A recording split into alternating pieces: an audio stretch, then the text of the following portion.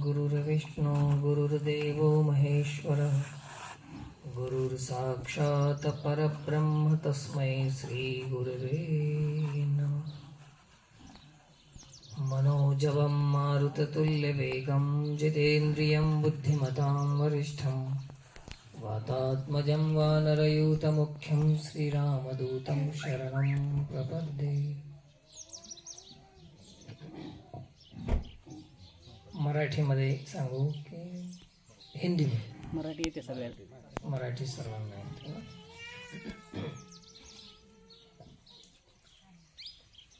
श्री गुरुकृपेने आज आपल्या या कोमटीगुडा,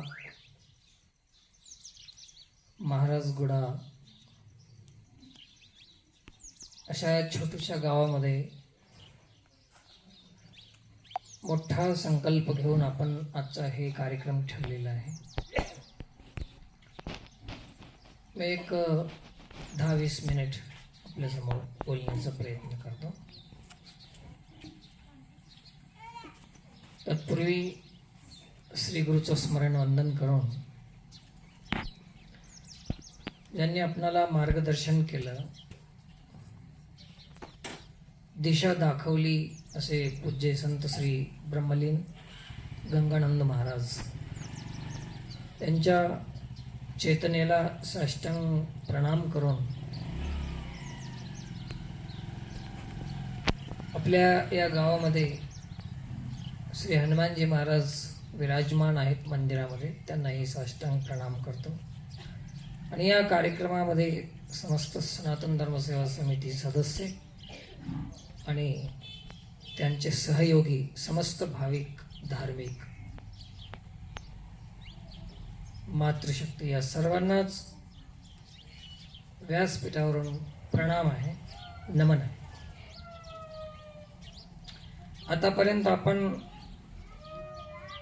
आपल्या गावाविषयी वर्णन केलेलं आहे, गावाचं महत्त्व आपण बोललेलं आहे. ही चांगली गोष्ट आहे, परंतु मला एकच सांगायचं आहे की आतापर्यंत जे आपण केलेलं आहे हे फक्त बी तयार केलेलं आहे. काय तयार केलं? बीज बनाय. आता पेरणी तर पुढे राहिली. आता फक्त बी तयार केल्यानं काही फायदा, पूर्ण फायदा नाही. बी तयार केलं चांगली गोष्ट आहे, पण फायदा केव्हा होईल? आता पेरलं तर फायदा आहे ना.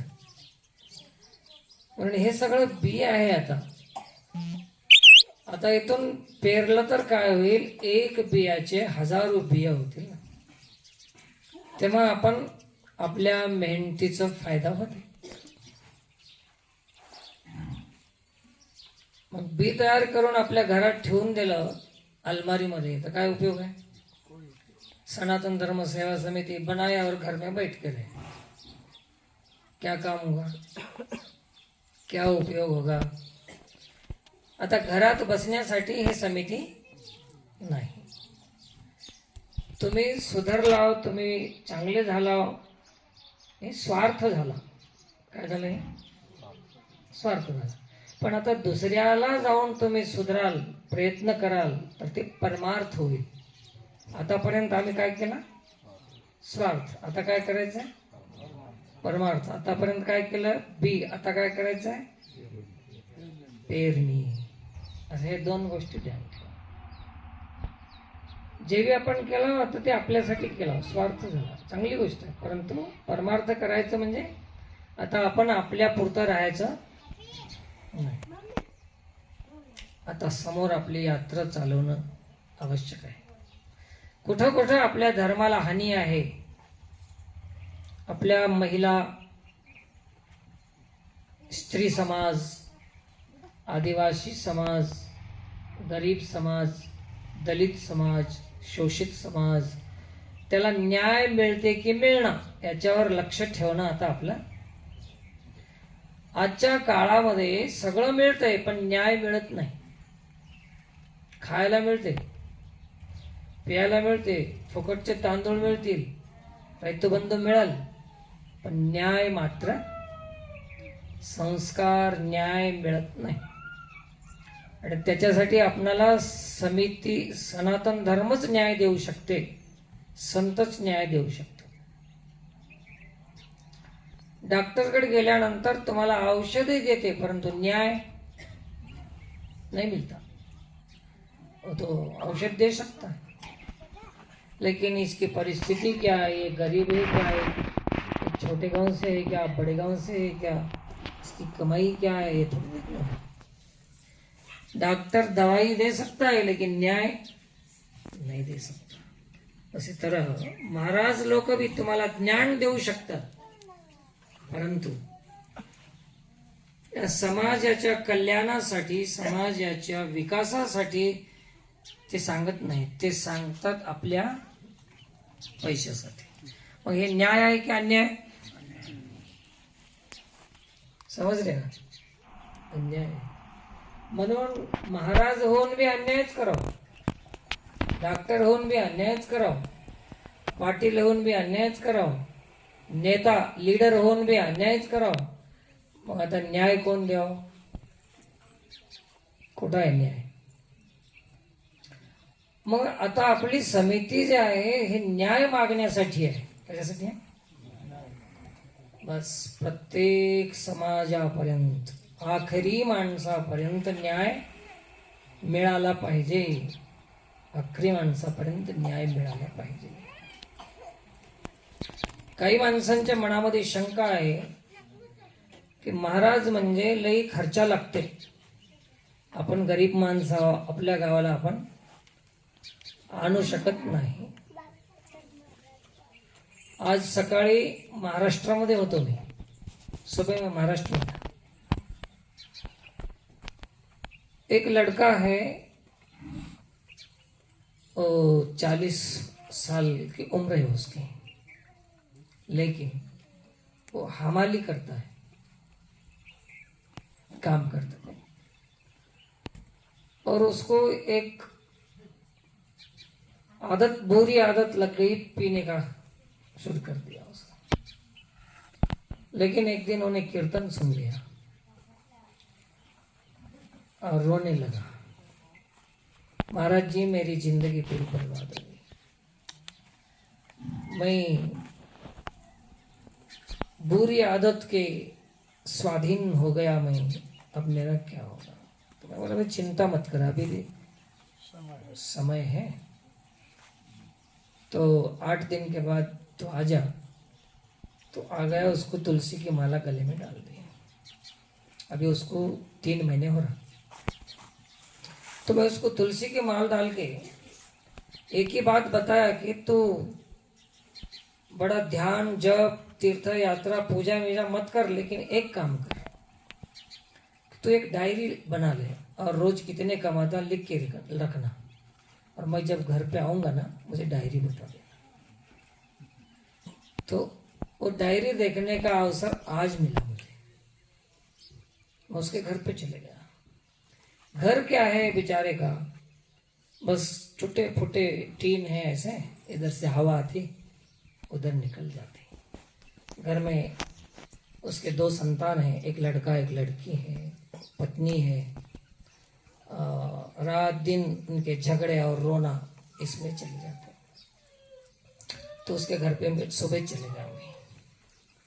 तो उसने झाड़ू पोता सब लगा के साफ सुफ करके थोड़ा सा अच्छा बना के रख दिया. उसको पता था कि मैं आने वाला हूँ, और उसको ये भी पता था कि महाराज जी को कोई दक्षिणा की जरूरत नहीं है, तो अपने घर आ सकते हैं.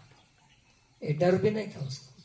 कुछ लोगों को डर है कि महाराज आए तो घर को आए तो कम से कम 1 तोला सोने की अंगूठी तो उसको देना पड़ता है ना. और कोई लीडर आएगा तो कम से कम 1 मुर्गी तो उसको देना पड़ता है. हर कोई आना बोले तो एक डर है मन में. तो मैं सुबह चले गया उसके घर पे. तो उसने डायरी बता दिया. तो 8 दिन की कमाई उसने लिख के रखी थी मैं बोलने के बाद.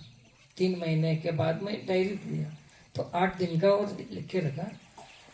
तो आप सुनकर हैरान हो जाएंगे। 8 दिन में 23,000 रुपये उसने कमाया, 8 दिन।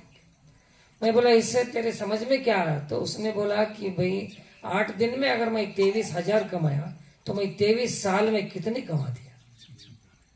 इसका उसको ये महसूस हो गया उसको, तो मैं कितना नुकसान कर लिया। तो आज के बाद मैं ऐसा कभी नहीं करूंगा। तो उसके घर के सब रोने लग गए, बच्ची भी, उसकी पत्नी भी, सब रोने लग गए। महाराज अगर आप नहीं मिलते तो ये ऐसे ही चले जाता। तो मुझे भी आनंद हुआ कि चलो मैं किसी के काम में तो आ गया। तो मेरी ये संपत्ति है, जैसे कोटेश जी बोल रहे थे ना कि महाराज की यही संपदा है। तो मैं बहुत आनंदित हुआ कि मैं किसी के काम में तो आ गया। तो ऐसे एक उदाहरण आज का बता रहा हूं मैं, लेकिन ऐसे हजारों लोग हैं कि उनके जीवन में वो सुख, समाधान, शांति को पा लिया। तो और इससे ज्यादा डेवलप और क्या है समाज के अंदर। तो ऐसे छोटे छोटे गांव में पढ़ाई ज्यादा नहीं करते हमारे भाई लोग, उसमें बुद्धि का विकास नहीं होता। तो जो होशियार लोग रहते, जो धर्मांतर करने वाले हैं, शोषण करने वाले हैं, समाज को लूटने वाले हैं, ये किसको देखते ज्यादा? कमजोर लोगों को देखते हैं। और ऐसे गांवों में आके लूटना शुरू कर देते, समाज से पैसा लूटते, समाज से काम, उसको काम में लगा लेते हैं। उसके जीवन में, खुद के जीवन में आत्मनिर्भर नहीं बनाते, उसको खुद के पैरों पर खड़े नहीं करते। स्वतःला तयार करावं असं कोणाची इच्छा नाही, सगळे दुसऱ्याला राबवून घेतात, यूज करून घेतात। पण एक तकलीफ आहे की अशा आपल्या समाजाला छोट्या छोट्या गावामध्ये शिक्षण कमी राहते, अभ्यास कमी राहते, बाहेरचं काही जनरल माहीत राहत नाही। म्हणून आता हे समितीनं काम करावं की आमच्या ह्या छोट्या छोट्या गावापर्यंत असलेल्या युवा पिढीला, महिलांना सावध करावं आणि ह्या धोक्यापासून त्याला वाचवावं। आता हे समितीचं काम आहे। समिती फिरत राहील, काम करत राहील। आता तुम्हाला सांगितलं की आता हे बी आहे, पण आता काय करायचं? आता पेरणी करायची आहे। हे ध्यान ठेवा। 2 सूत्र मी पहिले सांगितलेले पक्क ध्यान ठेवा। आणि काय सांगितलं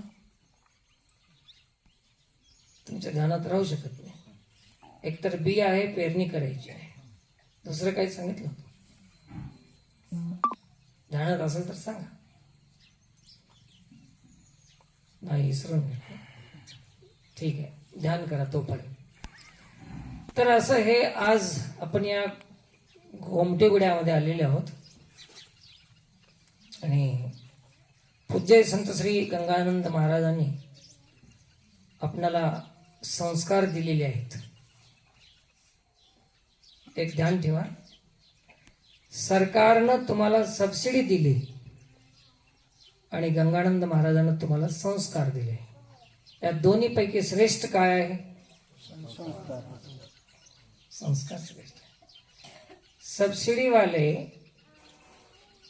आपल्यासारखे आनंदात नाहीत ते, पण संस्कार वाले आनंदात आहेत।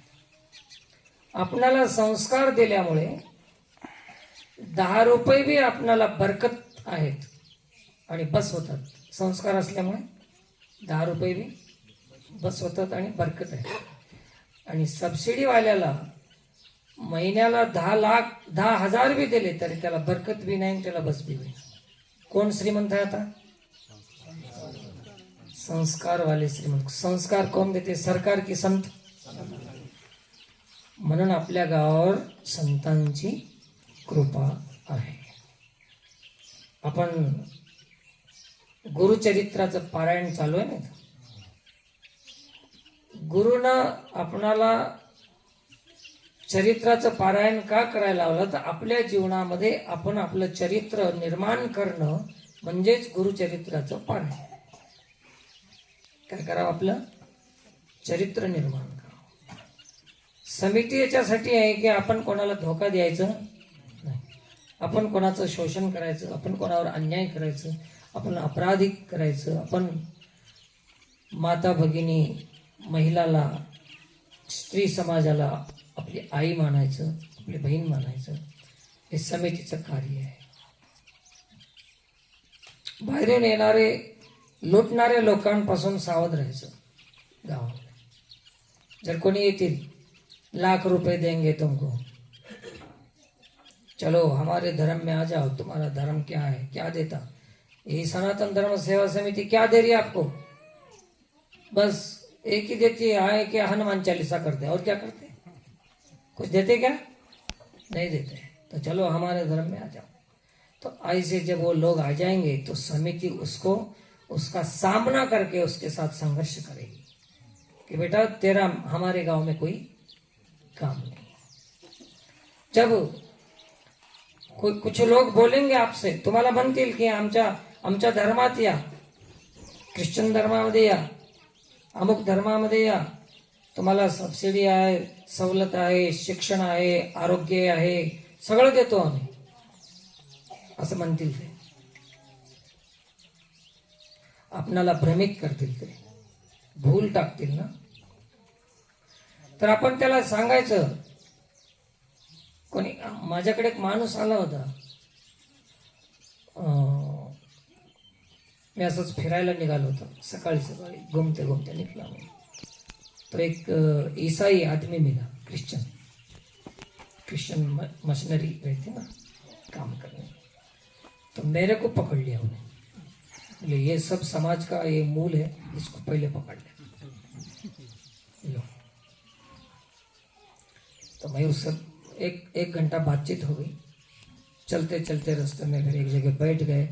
उसकी सब सुन लिया मैंने. उसको ऐसा लगा कि ये महाराज भ्रमित हो गया, मेरे बात के इसमें आ गया हो, जाल में फंस गया. मैं सुन लिया ना. जब अपन सुन लेते ना, अगले वाला ऐसा समझता कि वो मेरे को मान लिया हो, ऐसा समझता. तो मैं भी पहले ऐसा बना दिया माहौल. और आखिरी में बोला कि अब महाराज बोले आप ये बाइबल में बुक देता हूँ, ग्रंथ देता हूँ, आप इसको पढ़ लेना. मैं बोला कि भाई मैं और 1 घंटा सुनता हूँ, लेकिन तेरा बाइबल में नहीं पढ़ूंगा, नहीं ले जाऊंगा. क्यों, उसने पूछा. अरे भाई इतना बात करे तो आपने सुन लिया, और ये पुस्तक क्यों नहीं ले जाते, ग्रंथ.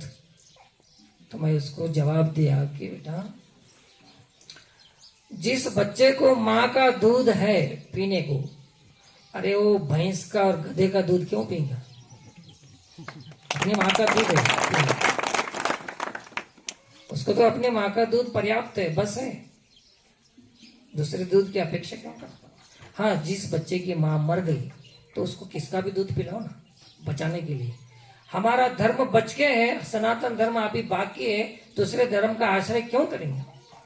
माँ का दूध छोड़ के किसी बकरी का दूध क्यों पीएंगे. डॉक्टर्स लोग भी बोलते हैं कि माँ का दूध ही बच्चे के लिए श्रेष्ठ रहता है, पोषक रहता है. तो हम क्यों जाएंगे इसमें. तो ये समिति वाले गांव गांव में अपने लोगों को मजबूत करना है, अपने संस्कार में रखना है. बकरी का दूध मत पीने देना, अपनी माँ है, सनातन धर्म अपनी माँ है, भगवान है अपने लिए, क्यों जाना इसमें. और भी लालच बता देते. मैं हमेशा बोलता हूँ, संत ज्ञानेश्वर महाराज का एक दृष्टांत है.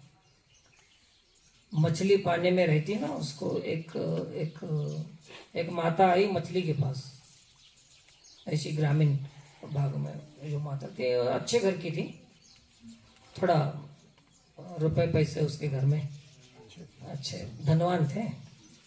तो उसने वो मछली के पास आकर बात करने लगी कि ये मछलीला काय म्हणतात आपल्या भाषेत, सापा, मेंढक. ए मासोळी, ऐक म्हणले, मी श्रीमंत आहो, माझ्या घरी खूप मोठी संपत्ती आहे, धन आहे. तू पाण्यात पाण्यात पाण्यात राहून बोर झालीस लई, जन्मल्यापासून पाण्यातच आहेस तू. मग एक काम करतेस का. मासोळी म्हणली काय करू, आमच्या घरला येतेस का. मासोळी म्हणली मी पाणी सोडून येऊ शकत नाही. तिने म्हणली अगं पाणी कसं किलो आहे? पाण्याला किंमत नाही म्हणे, फुकट आहे. पण माझ्या घरी 1000 रुपये किलो घी आहे, तूप आहे. मग फुकटच्या पाण्यात राहतेस की 1000 रुपये किलो घी मध्ये राहतेस? मासोळी म्हणली ते मीन म्हणली लालच मध्ये पडली तिने. अरे 1000 रुपये किलो का घी है तो मैं फुकट के पानी में क्यों रहूं? तो मौसी मैं तेरे घर पे आ जाऊंगी. तो मौसी ने उसको पकड़ लिया, अपने घर को निकला. ठंडी के दिन थे, 12 बजे, दोपहर के 12 बजे वो मीन को ले गए, घी में डाल दिया. जब 12 बजे धूप था तो घी जरा पतला था. जैसे जैसे शाम होने लगी तो घी घट्ट बनने लगा, गाढ़ा होने लगा. मछली तड़पने लगी, घी घट्ट होने लगा, गाढ़ा होने लगा. जैसे जैसे शाम हो गई, कड़ाके की ठंडी पड़ गई तो बस मछली उसमें फंस गई और मर गई. अब ज्ञानेश्वर महाराज पूछते हैं हम हमारे जैसे लोगों से कि फुकट का पानी उसके लिए अच्छा है कि कीमती घी अच्छा है?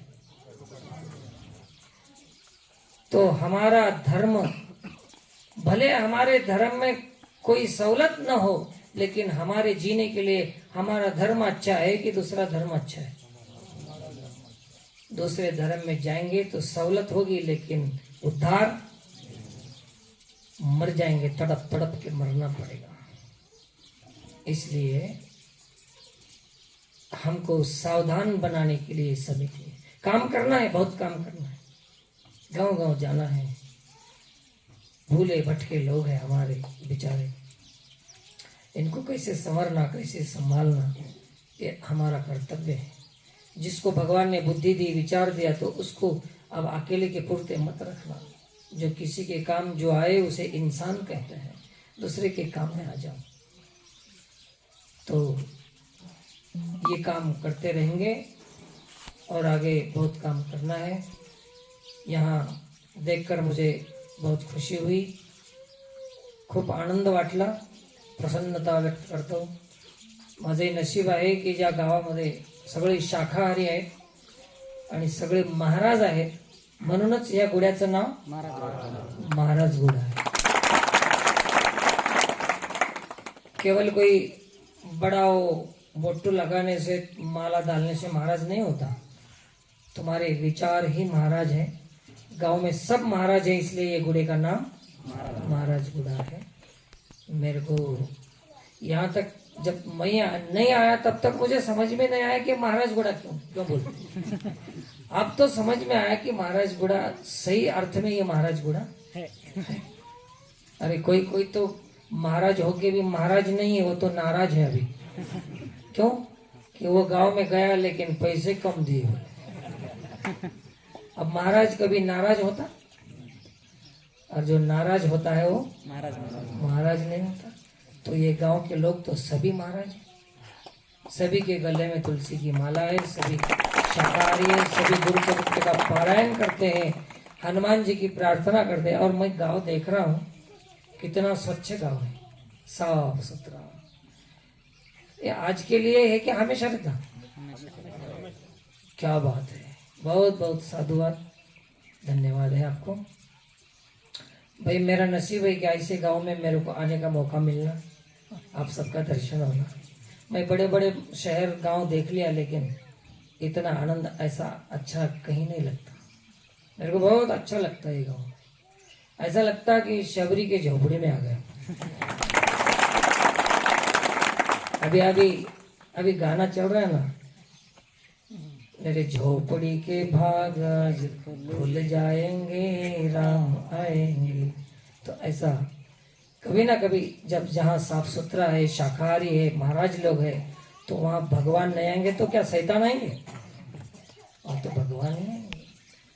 हाँ दिखेंगे नहीं, लेकिन आएंगे जरूर. और आप सब खुशी रहे, आप सबके जीवन में सुख शांति समृद्धि हो, आपके जीवन में ऐसी भगवान के चरणों में, श्री गुरु के चरणों में प्रार्थना करता हूँ. और जहाँ भी बैकुंठ में संत ब्रह्मलीन गंगानंद जी महाराज है, वहां से वो देख रहे होंगे और सुन रहे होंगे और बोल रहे होंगे वहां से कि नारायण महाराज आपने मेरे शिष्यों के पास जाकर बहुत अच्छा किया। उनकी भी आत्मा बहुत खुश हो गया आज, है ना। तो इसी शब्दों के साथ ज्यादा कुछ न बोलते हैं।